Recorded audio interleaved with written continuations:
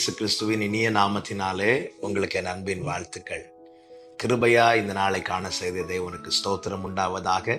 இந்த நாள் உங்கள் ஒவ்வொருவருக்கும் ஆசீர்வாதமான மகிழ்ச்சியின் நாளாய் கர்த்தர் மாற்றி தருவாராக. மத்தேயு சுவிசேஷம் 4வது அதிகாரம் 11வது வசனம்.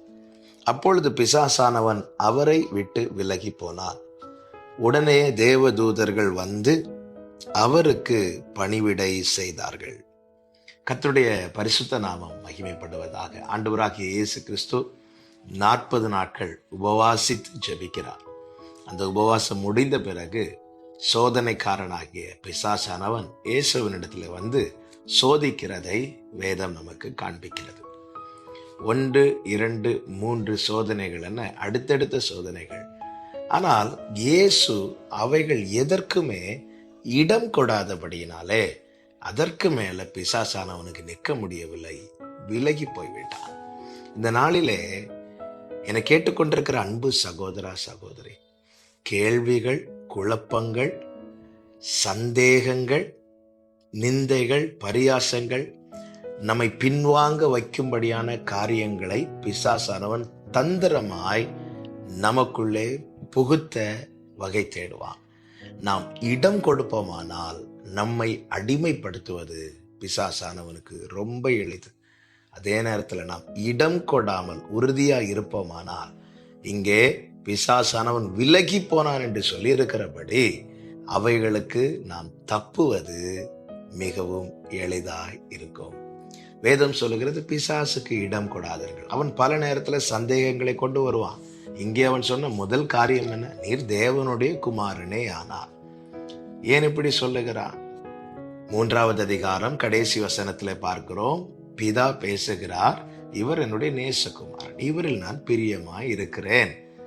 உறுதியாய் சொல்லிவிட்டார். பரத்திலிருந்து தொனிக்கப்பட்ட வார்த்தையின் மேல சந்தேகத்தையும் குழப்பத்தையும் கேள்வியையும் கொண்டு வருவதுதான் பிசாசினுடைய மிகப்பெரிய நோக்கம்.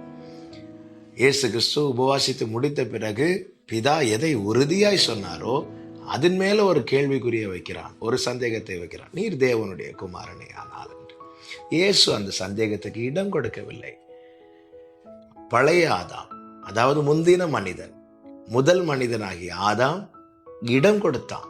இடம் கொடுத்ததுனால பிசாசானவன் அவனை எளிதில் வஞ்சித்தான், எளிதில் அடிமைப்படுத்தினான்.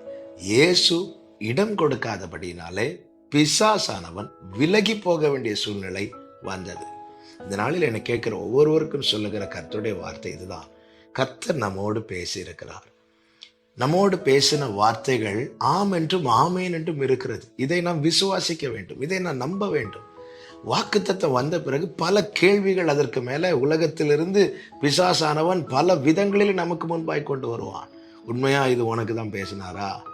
இல்லை உனக்கு செய்வாரா? ஆபிரகாமுக்கு செய்தார், உனக்கு செய்வாரா? அவங்களுக்கு பண்ணார், இவங்களுக்கு பண்ணார், உனக்கு பண்ணுவாரா?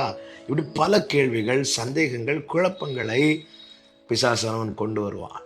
நாம் இடம் கொடுப்போமானால் நமக்குள்ளே அவைகள் தான் எழும்பி நிற்கும். சந்தேகங்கள், கேள்விகள், குழப்பங்கள். நம்முடைய வாழ்க்கையில சுதந்திரிக்க வேண்டிய அநேக காரியங்கள் சுதந்திரிக்க கூடாதபடிக்கு உண்டாகிற தாமதத்துக்கும் தடைக்கும் காரணம் இப்படிப்பட்ட அந்நிய சத்தங்களுக்கு நாம் செவி கொடுத்ததே, இடம் கொடுத்ததே.